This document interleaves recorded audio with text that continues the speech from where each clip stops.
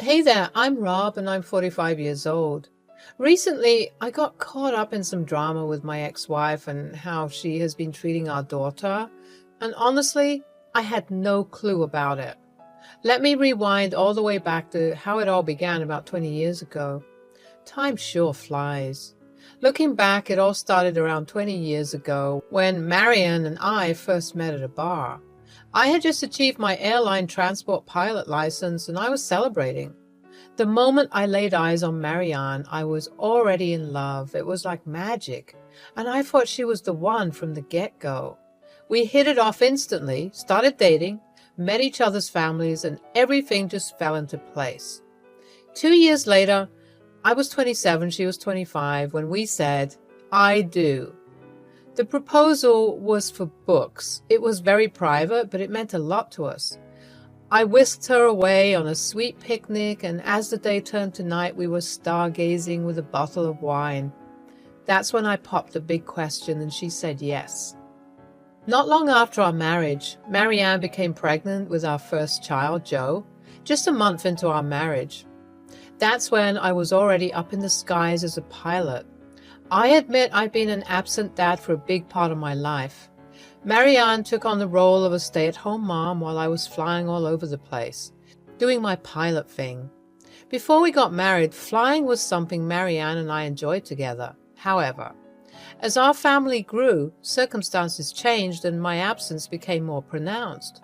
My flying schedule limited the time we could spend together, and I regret not being more present during those crucial moments of Joe's upbringing. Back when I had more time before taking on a full-time job, Marianne and I were inseparable.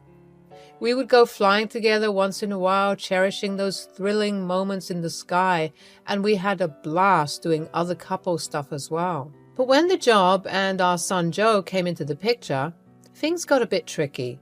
My pilot gig had me away from home way too much, and I knew it was tough on Marianne.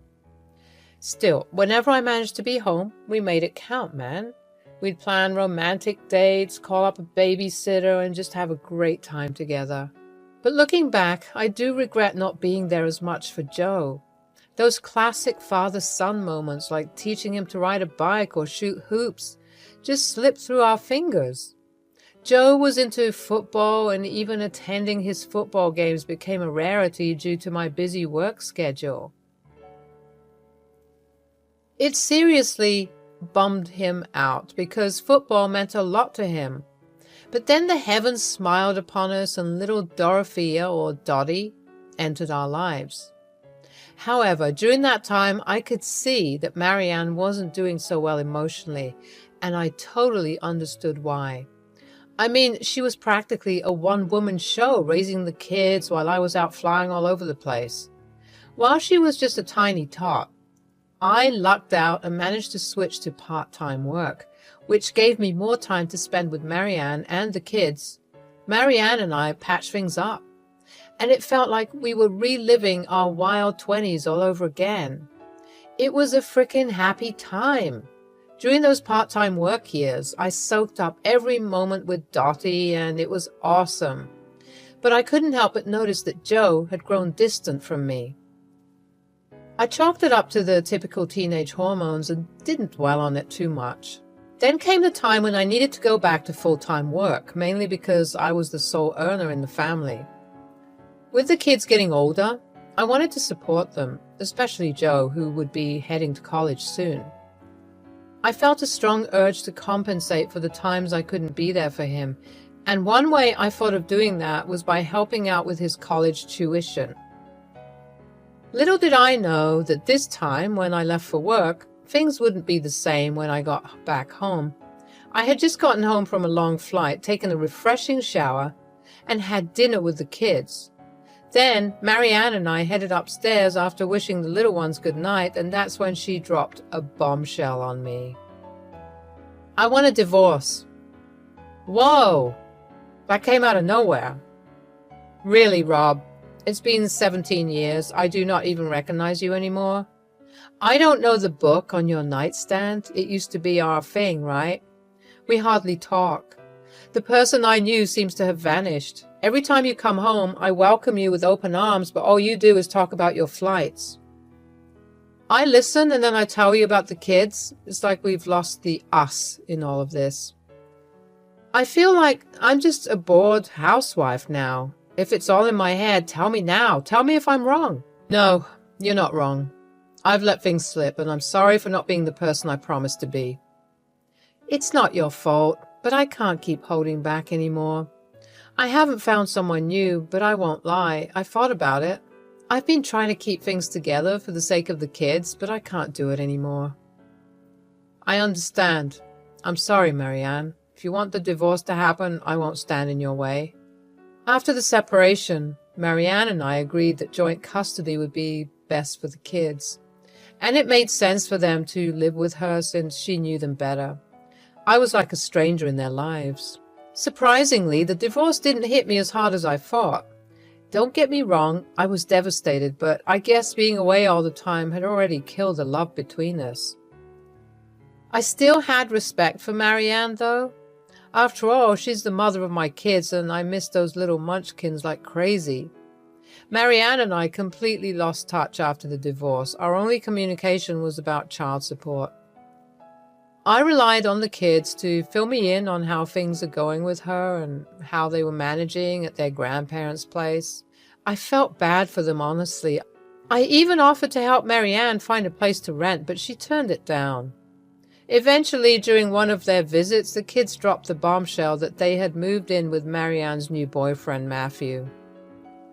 I guess it was bound to happen sooner or later, but I just hoped the guy treated Marianne and the kids well.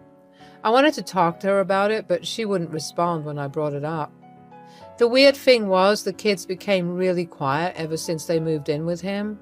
It was kind of off-putting, but I didn't think much of it until Joe left for college. I helped him out with college tuition and he was grateful for that.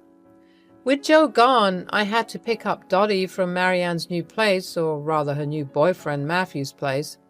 And let me tell you, that dude gave me a sketchy vibe. First time I saw where they lived, I was like, whoa. No judgment or anything, but it wasn't the best place, and I couldn't believe Marianne went for a guy like that. When I went to pick up Dottie, Marianne opened the door. Seeing her after so long was like a blast from the past. She looked different, all troubled and stuff. She was wearing a robe, looking pale and skinny, and, no offense, kind of old. Something seemed off. Hey, how's it going? I'm okay. Yeah, cool. So this is Matthew's place? Yep. I've been seeing him for a while now. Dorothea, can you hurry up and leave already?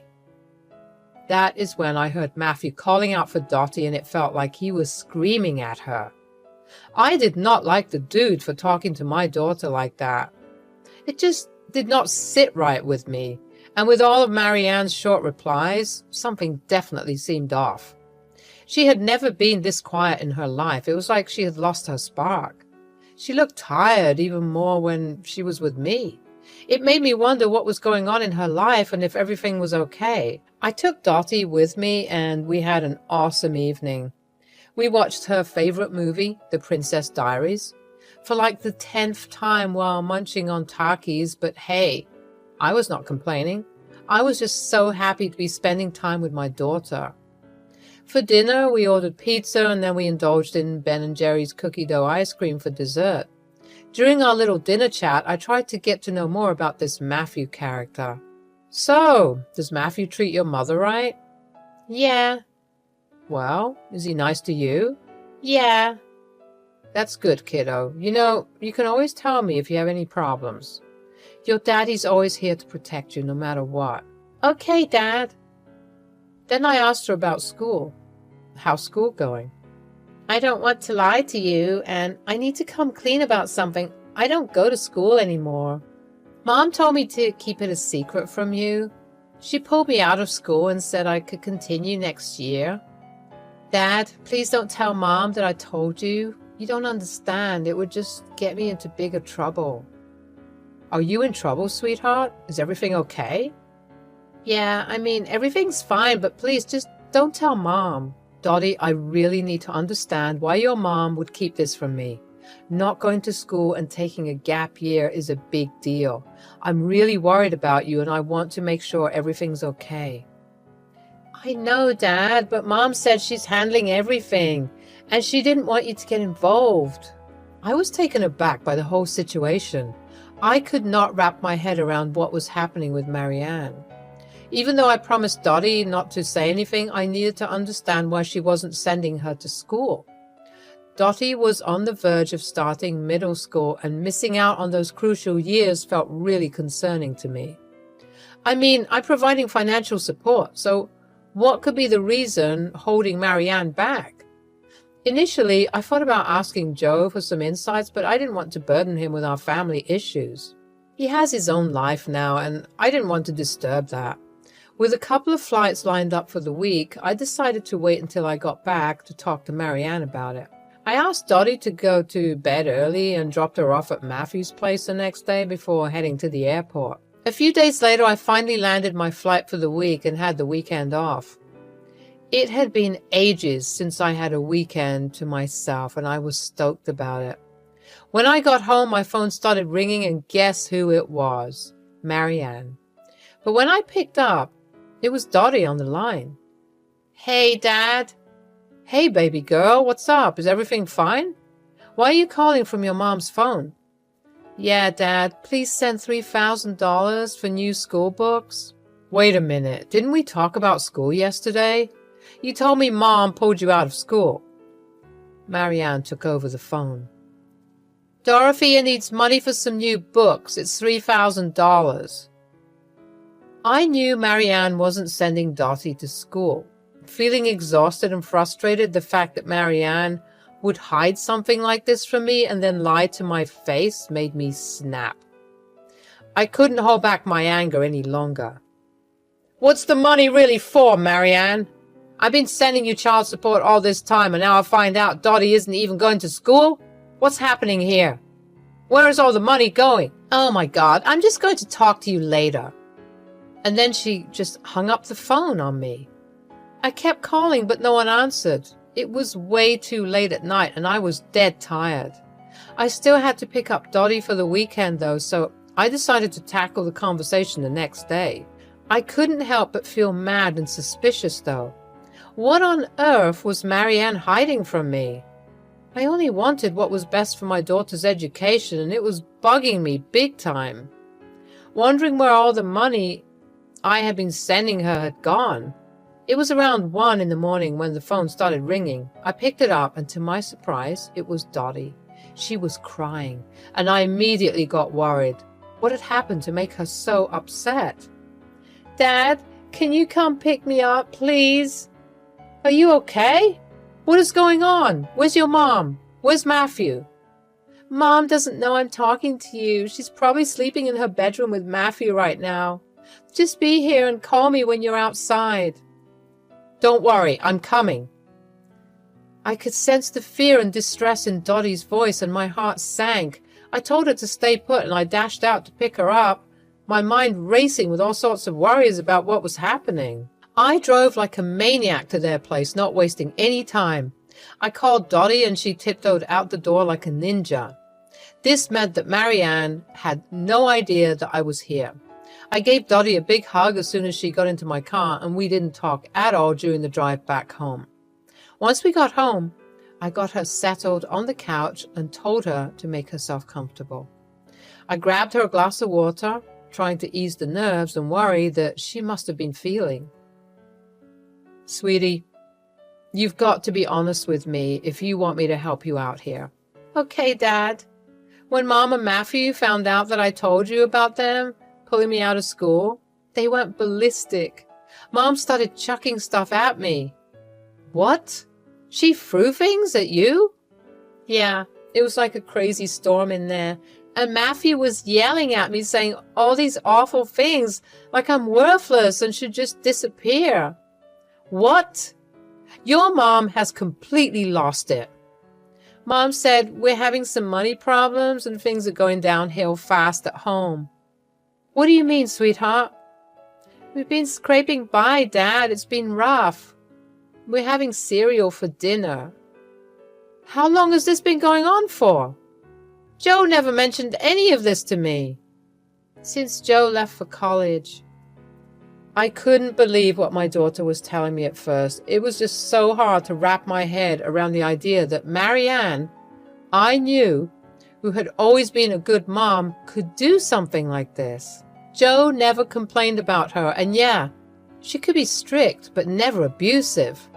But here's Dottie claiming that Marianne slapped her and threw stuff at her, while that dude, Matthew, was spewing nasty, hurtful words at her like she was some piece of trash. My blood was boiling with anger and worry for my little girl. After putting Dottie to bed, I poured myself a drink and sat down feeling terrible. It hit me hard, thinking it was all my fault. If only I had been there for my wife and kids right from the start, maybe things wouldn't have turned out like this. Marianne had apparently gone off the rails, and now my kids were suffering because of it. It broke my heart to think they might carry trauma from all this. Hearing what Dottie went through that day made me wonder what else Joe had kept hidden from me. I had so many questions swirling in my head. Why was Marianne acting like this? What caused her to change into someone unrecognizable? Had my absence turned Marianne into a monster? The next day, I asked Dorothea to stay home and headed over to Marianne and Matthew's place. I was so furious that I feared I might actually punch that guy for what he said to my daughter. I knocked on their door, and Matthew answered. We were expecting you. Where did you take Dorothea? She's my daughter, and it's none of your business where she is. Where's Marianne? I stepped inside the house. Marianne was there, sitting on the couch, sobbing uncontrollably. I was so puzzled, I just needed the truth at this point.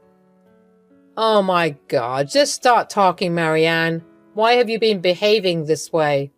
You laid a hand on our daughter. Where has all the money been going? And you, Matthew? I've heard stuff about you too. How dare you? Marianne had known me for a long time, and she knew I didn't lose my temper easily, but when I did, it wasn't any good for anyone. Rob, I'm so sorry. I messed up big time. You see, Matthew's in serious debt and he owes a lot of money to someone. Initially, we used to take a chunk out of the child support checks you sent to pay off the debt collectors. But recently, they've been breathing down our necks, demanding the full amount. So we had no choice but to send it all to them. And I love Matthew. I was just trying to protect him. That's why I made Dottie take a gap year. You didn't care about our daughter, did you? All you cared about was protecting Matthew, someone who clearly doesn't deserve any of it. You put him above your own child, and for what? Do you realize what you've done? I'm sorry. You know, Matthew, I've tried to give you the benefit of the doubt, but I can't ignore the truth any longer. You're nothing but a loser. You're a grown man living off my child support money, and for what?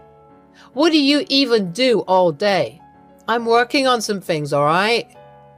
Working on what? Scamming people and leeching off my ex-wife? Is that your grand plan? Look, it's not as simple as you think.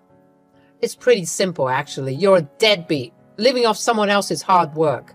You can't even provide for yourself, let alone Marianne. And Marianne, you will be hearing from my lawyer soon. When I got back home, I knew I had to dig deep and find out if Joe was holding anything back. I hadn't been the perfect dad, but now it was my chance to step up and be there for them. I could tell my kids felt let down by their mom's actions, so I had a heart-to-heart with Joe. Marianne had been nagging him verbally, but at least he didn't face any physical abuse. That gave me more reason to take action and protect my kids. I consulted my lawyer, and together we took the matter to the authorities, shedding light on the abuse and neglect my children had endured. And guess what? I finally won the legal battle and got full custody of my kids. Marianne tried to beg her way out of it, but the court wasn't buying it. She lost custody and visitation rights. As for Matthew, my gut feeling about him was right. It turned out he had a criminal record for breaking and entering, leading to his imprisonment for a year. I've retired from flying and moved into a role in management and mentorship. all with the sole purpose of being there for my daughter and son this time. I want to make up for lost time and create a loving and supportive environment for them. My kids are my priority, and I'll do whatever it takes to give them a safe and loving home. I want them to know that they can count on their dad, and I'll never let them down again. We got a long road to heal, but I'm going to be the best dad I can be.